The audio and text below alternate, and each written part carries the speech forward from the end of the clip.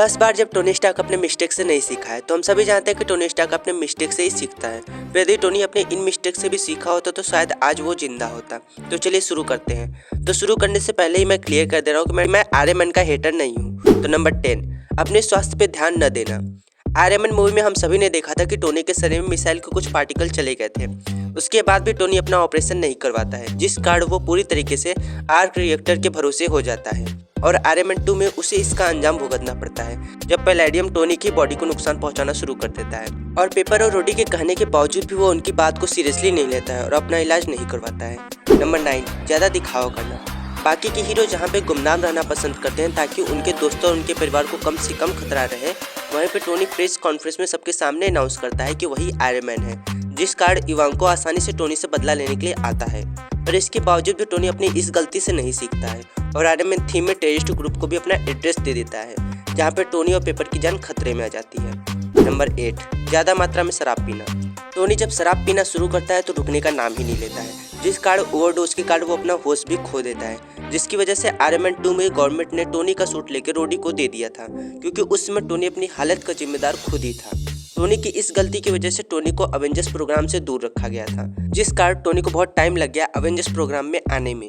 Number 7, अपने दोस्तों और दुश्मनों का मजाक उड़ाना। टोनी बिना मजाक के नहीं रह सकता, चाहे वो कितना ही पावरफुल सुपर हीरो या सुपर विलेन, टोनी उसका भी मजाक उड़ा देता था और ऑडियंस को ये देखने में मजा भी आता है। और अवेंजर्स मूवी में जब टोनी ने पहली बार थॉर का मजाक उड़ाया था तो थॉर को गुस्सा आ जाता है, जिस कारण वो टोनी को मारता भी है। यहाँ तक कि टोनी ने कैप्टन का भी मजाक उड़ाया है उसके उम्र और टेक्नोलॉजी को लेकर। और ब्रूस बैनर को तो अवेंजर्स मूवी में शील्ड हेडक्वार्टर में ही उसने हल्क बनाने की कोशिश की थी, ये जानते हुए कि यहाँ पे कई सारे मासूम लोग भी हैं। नंबर 6, छोटी छोटी बातों पर लोगों को अपना दुश्मन बनाना। नॉर्मली हीरो और विलन के बीच दुश्मनी तभी होती है जब हीरो उसके बुरे काम को करने से रोकता है, पर टोनी के केस में थोड़ा अलग है। वो कुछ लोगों को इतना इग्नोर कर देता है कि वो एक टाइम पे आकर टोनी के ही दुश्मन बन जाते हैं। आयरन मैन 3 का एड्रिच क्लेन इसका सबसे अच्छा एग्जांपल है। अगर टोनी इसकी बात सुनकर इससे मिला होता तो शायद एड्रिच आज टोनी से इतना नफरत नहीं करता। नंबर 5, ऐसे विनाशकारी हथियार बनाना जिसे कोई भी कंट्रोल कर सकता है। हम सभी जानते हैं कि टोनी ने बहुत सारे एडवांस वेपन बनाए हैं, कुछ तो इतने पावरफुल थे कि वो कंट्री को भी डिस्ट्रॉय करने की क्षमता रखते हैं, पर इन वेपन्स के सिस्टम को हैक करना बहुत ही आसान था, जिसके कारण कई लोगों ने इसे हैक भी किया है। जैसे आयरन मैन 2 में इवांको ने ड्रोन के साथ साथ वॉर मशीन को भी हैक कर लिया था। यहाँ तक कि पीटर के दोस्त नर्ड ने भी सूट को हैक कर लिया था और एडिट भी उसमें से एक है, जो अगर गलत हाथों में पड़ जाए तो तबाही मचा सकता है। नंबर 4, जल्दीबाजी के चक्कर में गलत फैसले लेना।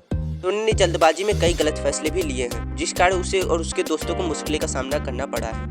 जैसे अवेंजर्स एज ऑफ अल्ट्रॉन में कम समय होने के कारण ब्रूस टोनी को मना करता है अल्ट्रॉन बनाने से, पर उसके बावजूद भी टोनी अल्ट्रॉन को बनाता है और उसके प्रोसेसिंग के समय वो उसे बीच में छोड़ के पार्टी में चला जाता है। और इसके अलावा जब टोनी अवेंजर्स मूवी में न्यूक्लियर मिसाइल लेकर स्पेस में जाता है और एलियन शिप देखता है तो जल्दीबाजी के चक्कर में उसने अर्थ को प्रोटेक्ट करने के लिए सूट बनाए थे, जो कि बिना टोनी के सभी को अपना एनिमी समझ लेते थे, जिस कारण आयरन मैन 3 में उसने सभी सूट डिस्ट्रॉय कर दिए थे।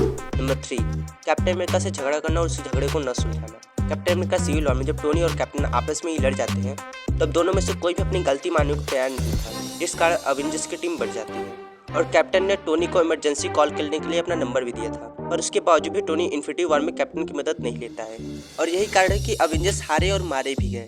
टोनी तब जाकर अपनी गलती समझता है जब सब कुछ खत्म हो चुका था। नंबर 2, अपनी सूट की पावर को उसकी क्षमता से भी ज़्यादा यूज करना। टोनी अपने टेक्नोलॉजी और गैजेट्स पे इतना ज़्यादा डिपेंडेंट है कि वो ये भी भूल जाता है कि उसका सूट कितना स्ट्रेन झेल पाएगा, जिस कारण कई बार टोनी की जान खतरे में भी पड़ जाती थी और कई बार तो टोनी अपने टाइटेनियम एलॉय की सूट की धज्जियां भी उड़ा चुका है। इन्फिनिटी वॉर में थैनोस की फाइट इसका सबसे अच्छा एग्जाम्पल है, जहाँ पे टोनी के नैनोबोट्स ही खत्म हो जाते हैं और कॉमिक्स में कई बार टोनी इसी की वजह से अपने सूट में कई बार फंस चुका है। नंबर 1, अपने इमोशंस को अपने ऊपर हावी होने देना। टोनी ने कई बार इमोशंस में आके बहुत बड़ी बड़ी गलतियाँ की हैं।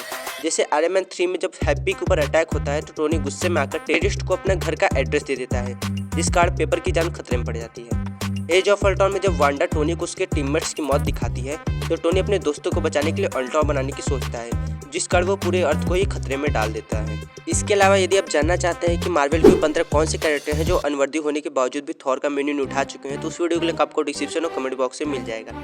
ऐसे ही वीडियो के लिए हमारे चैनल को सब्सक्राइब करना मत भूलिएगा और हमारे मार्वल प्लेलिस्ट को चेकआउट करना मत भूलिएगा।